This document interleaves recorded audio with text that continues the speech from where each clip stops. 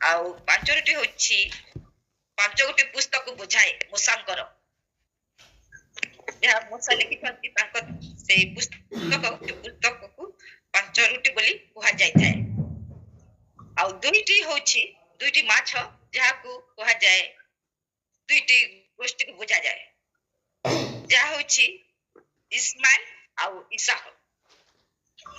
ଆଉ ଏ ଜାଗାରେ ଯୀଶୁ ଅଟନ୍ତି ସେହି ରୋଟି, ଜହନ 6:35 ଲେଖା ଅଛି, ଏବଂ ସେହି ରୋଟି ସମସ୍ତ ଭୋଜନ କରି କହିଲେ, ଆଉ ଭଙ୍ଗା ରୋଟିରୁ ଯାହା ବଳିଲା ତାହା ସେମାନେ ଉଠାଇ 12 ଟୋକେଇ ଭର୍ତ୍ତି କଲେ, ଅର୍ଥାତ୍ 12 ଟୋକେଇ ଅର୍ଥାତ୍ 12 ଜଣ ଶିଷ୍ୟକୁ ବୁଝାଏ। ମୋର ପ୍ରିୟ ମଣ୍ଡଳୀ କି ଆଜି 12 ଜଣ ଶିଷ୍ୟ ଯୋଗୁ ଆମେ ଈଶ୍ୱରଙ୍କୁ ଜାଣିପାରିଅଛୁ,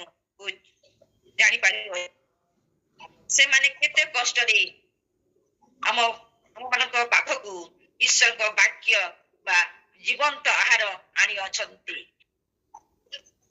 ଓ ତାଙ୍କ ସେଇ ଶିଷ୍ୟମାନଙ୍କ ଜୀବନରେ ଅନେକ ବାଧା ବିଘ୍ନ ଓ କଷ୍ଟ ମଧ୍ୟରେ ଥିଲେ ମଧ୍ୟ ସେ ସମସ୍ତ ଯେଉଁ 12 ଟୋକେଇ ଯେଉଁ ବଳିଯାଇଥିଲା ସେଇ ବାକ୍ୟ ଆଜି ଆପଣ ମାନଙ୍କୁ ମତେ ସେ ପ୍ରଦାନ କରି ଯାଇଛନ୍ତି।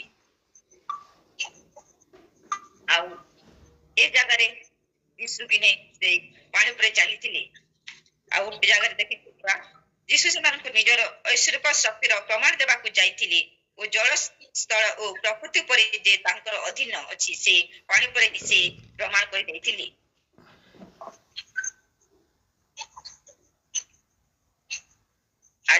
ଆଉ ସେଇ ଜାଗାରେ ଆଉ 50 ଲେଖା 50 ପଦରେ, କାରଣ ସମସ୍ତେ ତାହାଙ୍କୁ ଦେଖି ଉଦ୍ବିଗ୍ନ ହୋଇଥିଲେ, ମାତ୍ର ଯୀଶୁ ସେହି ଫଳେ ସେମାନଙ୍କ ସହିତ କଥାବାର୍ତ୍ତା କରି ସେମାନଙ୍କୁ କହିଲେ, ସାହସ ଧର, ଏ ତ ମୁଁ, ଭୟ କର ନାହିଁ,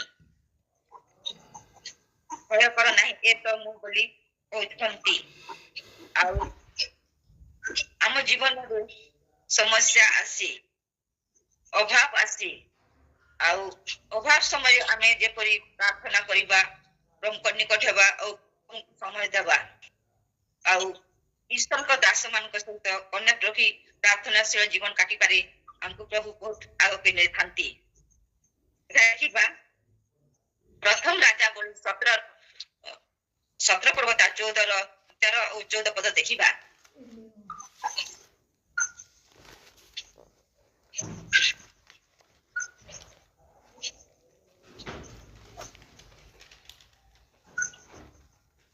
ଏଠାରେ ଏପରି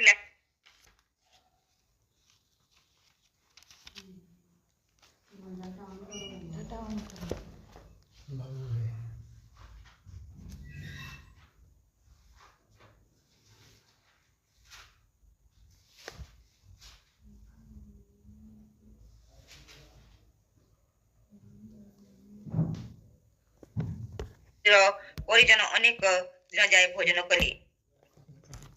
ଆଜି ଅଭାବ ସମୟରେ, ସମସ୍ୟା ସମୟରେ ପ୍ରଭୁ କେତେ ଅଭାବ ସମୟ ହେଲେ ବି କିନି ଈଶ୍ୱରଙ୍କ ଦାସ ଯଦି ଆମର ଘରକୁ ଆସିବେ, କି ଈଶ୍ୱର ଆସିବେ କହିଲେ କିନି ଆମେ ତାହାକୁ କିଛି ଅର୍ଥ ଦେଇକି କିଛି ଦେଇକରି ତାଙ୍କୁ ସନ୍ତୁଷ୍ଟ କଲା ପରି କାମ କଲେ ପ୍ରଭୁ ଆମକୁ ଉପରେ ଆଶୀର୍ବାଦ କରନ୍ତି ଓ ଆମର ପରିମାଣରେ ଆଶୀର୍ବାଦ କରିଥାନ୍ତି। এই ସମୟରେ ଏଲିୟସ୍ ଯେ କହିଥିଲେ, ଆଉ 13-14 ପଦରେ ଲେଖାଯାଏ, ଏଥିରେ ଏଲିୟ ତାହାକୁ କହିଲେ, ଭୟ ନ କର, ଯାହା କହିଲ ତାହା ଯାଇ କର, ମାତ୍ର ତହିଁର ପ୍ରଥମେ ମୋ ପାଇଁ ଗୋଟିଏ ସାନ ପିଠା କରି ମୋ କତିକି ଆଣ, ତହୁଁ ତାରେ ତୁମ ପାଇଁ ଓ ତୁମ ପୁତ୍ର ପାଇଁ କର। ଆଉ ଏଲିୟଙ୍କ କଥା ମାନିଥିଲେ ସେ ବିଧବା ସ୍ତ୍ରୀ, ଆଉ ସେଇ ପ୍ରକାରେ ସେ କରିଥିଲେ। ଆଉ ସେ ବର୍ଷା ନ ହେବା ପର୍ଯ୍ୟନ୍ତ ସେ ତାଙ୍କର ସେ ମଇଦା ଦଳିବା ପାତ୍ର ଶୂନ୍ୟ ହୋଇ ନଥିଲା, ଆଶୀର୍ବାଦ ଆସିଥିଲା। ଆମେ ଈଶ୍ୱରଙ୍କୁ ଆଜି ଆମ ଜୀବନରେ ପ୍ରଥମ ସ୍ଥାନ ଦେଇଛୁ କି? ଈଶ୍ୱରଙ୍କୁ ଯେତେ ଅଭାବ ଯେତେ ସମସ୍ୟା ହେଲେ ବି ଆମେ ଈଶ୍ୱରଙ୍କୁ ପ୍ରଥମ ସ୍ଥାନ ଦେବାର କଥା। ଆଉ ଈଶ୍ୱରଙ୍କ ଠାରେ ଆମେ ଆଣ୍ଠୁ ପାତି ପ୍ରାର୍ଥନା କଲେ ଈଶ୍ୱର ସମସ୍ତ ବିଷୟ ପରିପୂର୍ଣ୍ଣ କରିଥାନ୍ତି। मोर प्रिय मंडली अभाव आम जितकी दान दे पार से परिमाण ईश्वर आमको प्रचुर परिमाण आशीर्वाद दे था प्रथम द्वितीय हूँ आज आम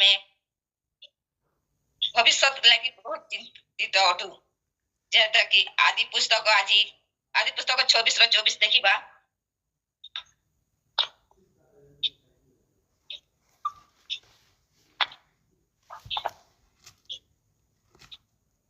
26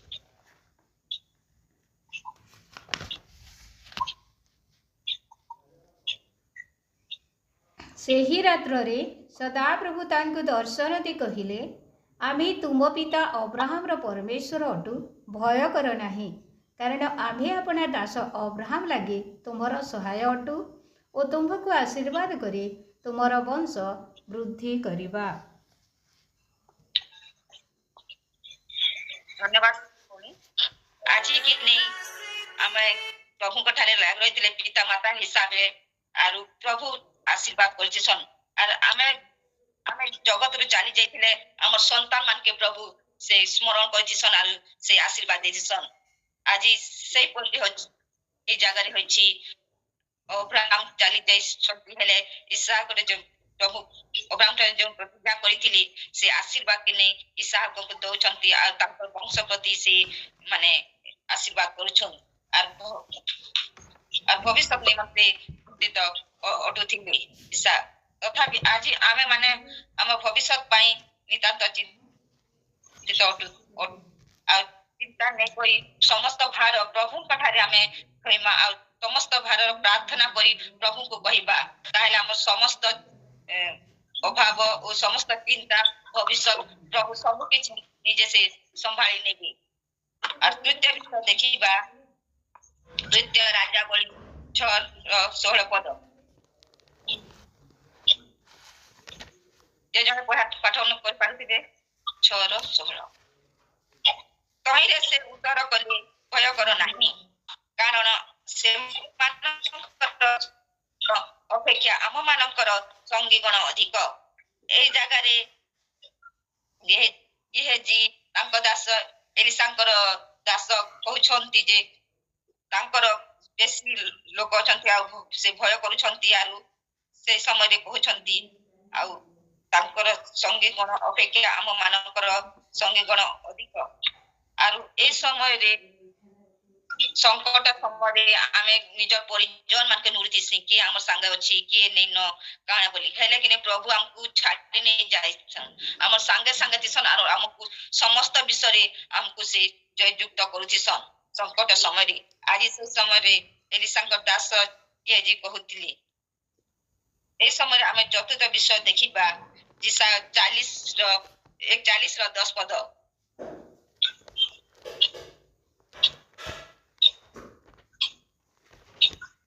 तुम्बे भय कर नाही कारण आम्बे तुम्भ संगरे अछु निराश हो नाही कारण आम्बे तुमर परमेश्वर आम्बे तुमको सबल करिबा हां आम्बे तुमर सहाय्य करिबा हां आम्बे आपन धर्म स्वरूप दक्षिण हस्ते तुमको धरिबा। मोर प्रिय मंडली आज आमे प्रभु कठारी आम संगरे अछंती प्रभु आर आमे भय करबा नहीं कि आमे निराश हेबा नहीं कारण आमे तुमर परमेश्वर कारण से हमर परमेश्वर अटंती आमे दुर्बल समय हमको से सबल करबी पर से हमकर अभाव समय से हमको सहाय्य करबी आमे आमे अपना धर्म सुख दक्षिण हस्ते तुमको धरि रखिबा आर तांकर दक्षिण धर्म स्वरूप दक्षिण हस्ते हम मानको से धरि देखि रखिबी प्रत्येक समस्या प्रत्येक अभाव आसीबा समय रे मोर मंडली आज हमको ए वाक्य रे शिक्षा दे आमे के कदाबी आमे केबे भी निराश होता सेबा नहीं जहाँ कि सेवा प्रभु का सम्मुख आमे आंटू भांगी प्रार्थना कइले प्रभु यीशु और प्रार्थना सुनि से समस्त उत्तर दे थांती एखाने आमे पंचम देखिबा दानिएल 10 पर्व तार 12 पद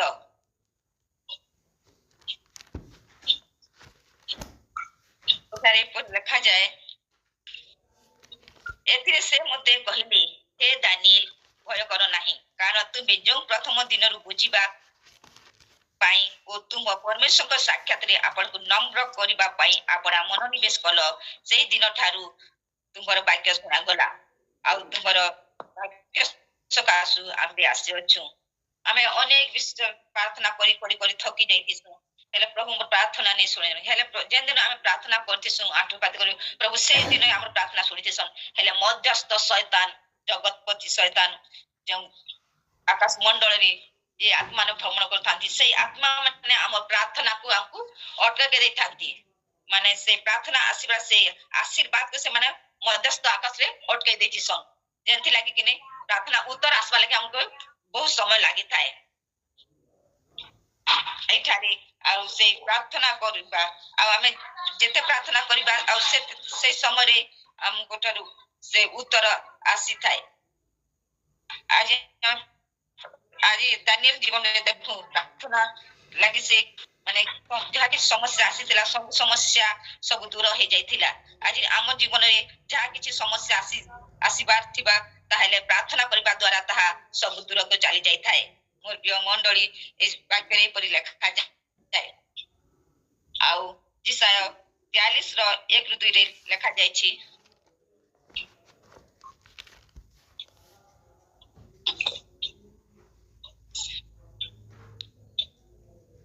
ମାତ୍ର ହେ ଯାକୁବ, ଯେ ତୁମକୁ ସୃଷ୍ଟି କଲି, ହେ ଇସ୍ରାଏଲ, ଯେ ତୁମକୁ ନିର୍ମାଣ କଲି, ସେହି ସଦାପ୍ରଭୁ ଏବେ ଏହି କଥା କହନ୍ତି, ଭୟ କର ନାହିଁ।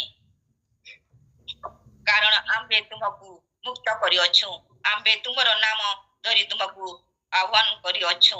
ତୁମ୍ଭେ ଆମ୍ଭର, ତୁମ୍ଭେ ଜଳ ମଧ୍ୟ ଦେଇ ଯିବା ବେଳେ ଆମ୍ଭେ ତୁମର ସଙ୍ଗୀ ହେବା।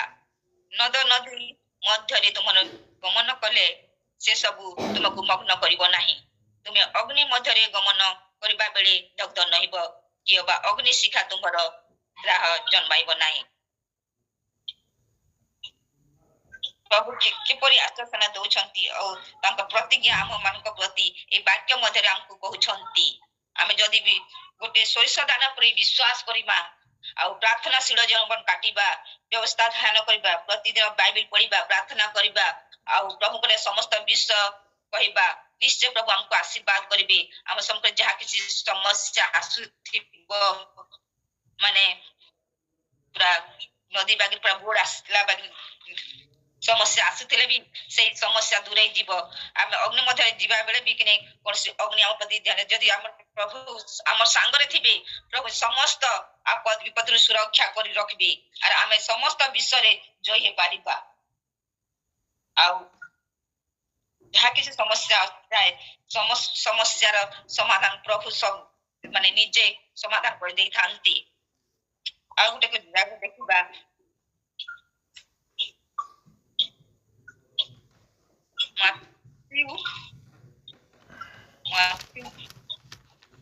ମାଥ୍ୟୁ 10 ପର୍ବ ତାর 31 পদ।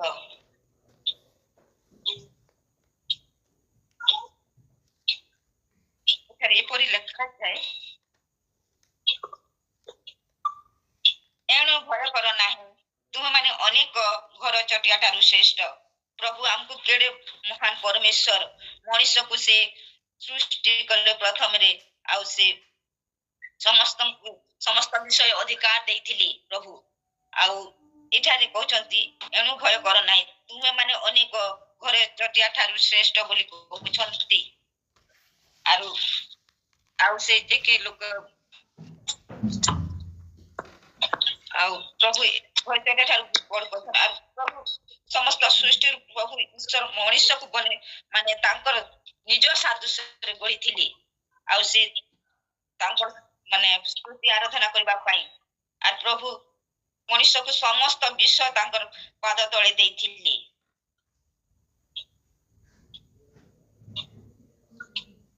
ଆଉ ପ୍ରଭୁ ଆଉ ଈଶ୍ୱରଙ୍କ ସେ ମଣିଷର ସମସ୍ତ ଗତିରେ ଈଶ୍ୱର ନିରୀକ୍ଷଣ କରିଥାନ୍ତି।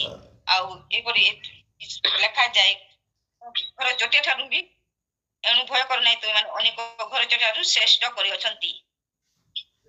ପ୍ରିୟ ମଣ୍ଡଳୀ, ଆଜି ଆମେ ମାନଙ୍କୁ ଈଶ୍ୱର ଅନେକ ବିଷୟରେ ଶ୍ରେଷ୍ଠ ହୋଇଥାନ୍ତି। ସେ ତାଙ୍କର ମହତ୍ ନାମ ପ୍ରଥମେ ତାଙ୍କର ମହତ୍ ନାମ ଜାଣିବାକୁ ଦେଉଛନ୍ତି। ମାନେ ଜ୍ଞାନୀ ହେଲେ ବି ସୁଦ୍ଧା ସେମାନଙ୍କର ବାଛି ଆଣିଛନ୍ତି ପ୍ରଭୁ। ଆମେ ଦିନହୀନ ହେଲେ ବି ସୁଦ୍ଧା ସେ ଆମକୁ ତାଙ୍କର ସତ୍ୟ ପରିଚୟ ପ୍ରଦାନ କରିଛନ୍ତି। ଆଉ ଏଇ ଜିନିଷ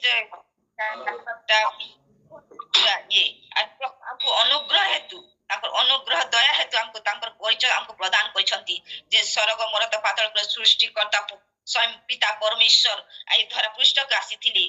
ଆରେ ଆମକୁ ସମସ୍ତ ବିଷୟ ପ୍ରଭୁ ଆରୁ ପିତା ପରମେଶ୍ୱରଙ୍କୁ ଏତେ ପ୍ରେମ କଲେ ଯେ ତାଙ୍କର ସେ एकमात्र पुत्र प्रदान करथिले ଆଉ ତାଙ୍କର ସେ ସତ୍ୟତା ପରିଚୟ ପ୍ରଦାନ କରିଥିଲେ।